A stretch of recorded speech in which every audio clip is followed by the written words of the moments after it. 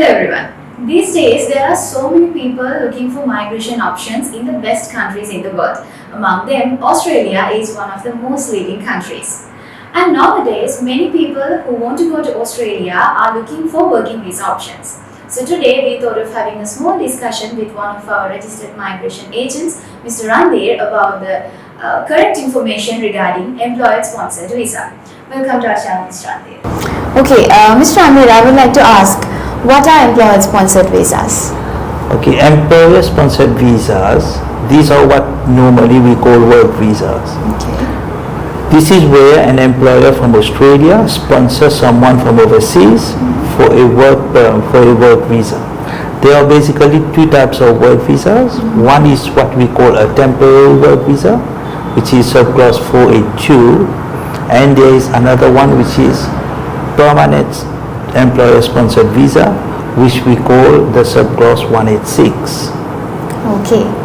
So, Mr. Randheer, I would like to ask you, what are the opportunities that the Sri Lankans have when it comes to the employer-sponsored visa? Sri Lankans have a lot of opportunities in employer-sponsored visa, especially in Australia, because Sri Lankan talents are highly recognized in Australia.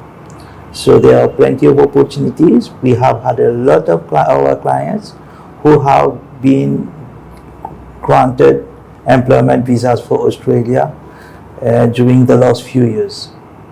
Okay, so there are so many opportunities for Sri Lankan people when it comes to the employer-sponsored visa. So with that information, I would like to ask you, Mr. Randheer, who are the eligible ones, like how they become eligible? To be eligible for an employment visa, right, a person should have at least 2 years of experience and the relevant qualification in the field of occupation that they want to apply for. Okay, so no need of any skill assessment. We don't need any skill assessment for Sri Lankan people. Okay, that's good. So next, I hope you all would like to know what are the demanding job fields that we have. The highly demanded jobs in Australia, especially when it comes to employment visas, are mostly occupations like chefs, mechanics, hairdressers, software engineers, right? And there is a long list, but these are among the most that we normally have people coming for. Okay, so my next question will be, how they are going to find an employer? There are different ways to find an employer. Firstly, they can go and look on websites like Seek, Indeed, Jora. These are all employment websites in Australia. They can apply for jobs that are on this website. This is the first way to do it. The second way, if they have friends and families in Australia, maybe they can get a referral from people to get a job over there. And thirdly, they can be in touch with our company, Tingo Education. Be in touch on our website. We have a lot of opportunities that we advertise over there for employment opportunities in Australia. Okay, so with that information, I would like to move forward with my next question, which is, are the requirements changing from state to state in Australia? For employment visas, we don't have requirements that change from state to state. So the requirement for one state to the other for employment visa is the same. Same. Okay, so Mr. Randheer, I would like to ask you, what is the English requirement when it comes to employer-sponsored visa?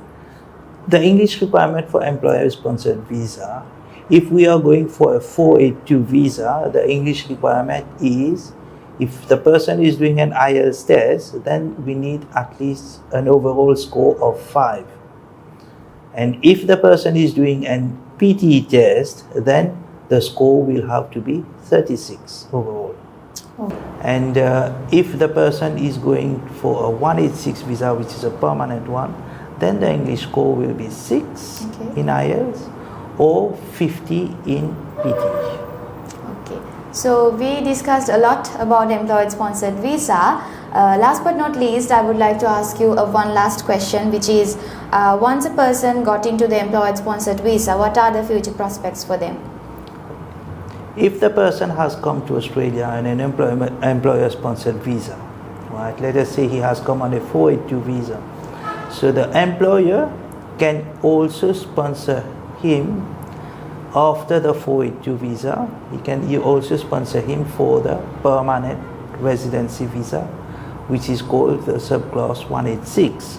This is the first option that he has. The second option, once he there, right, he can also apply independently on his own pathway as a skill migration under the general skill migration program.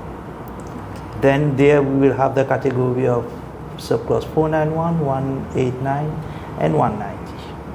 So today we discussed a lot about employer-sponsored visa, which is a very popular topic among the majority of you. So contact us in Education Australia to know more about employer-sponsored visa and what are the opportunities you have, and also to get to know the eligibility of yours and to get a good guidance about the visa process. Also, stay connected with our YouTube channel, and we will see you again with another worthwhile video.